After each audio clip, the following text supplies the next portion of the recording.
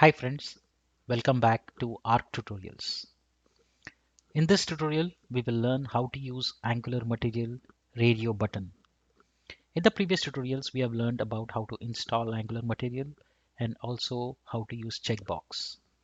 In today's tutorial, we'll learn about how to use Angular Material radio button.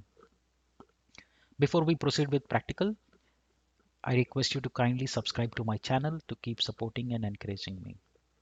If you have any questions or doubts, drop them in the comment section. I'll be happy to help you. Let's get started.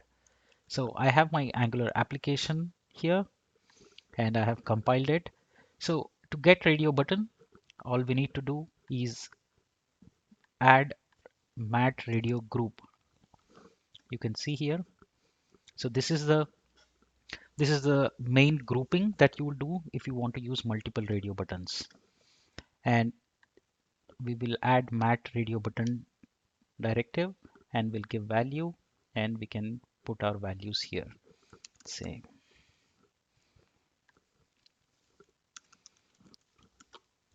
all right, so let's go to our application and we can see here the values are reflecting male or female.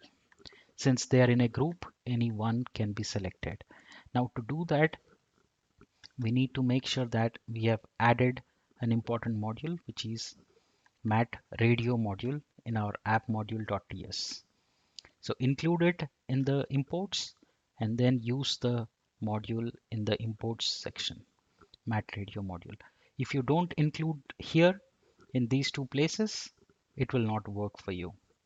So important thing, add it in the template and then in the app module, import it and then put it in the array of imports in the section mat radio module.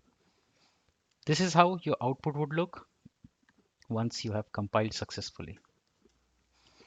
I want you to try it out and let me know if you have any queries or questions.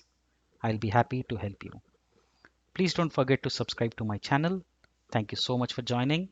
I'll see you in the next episode.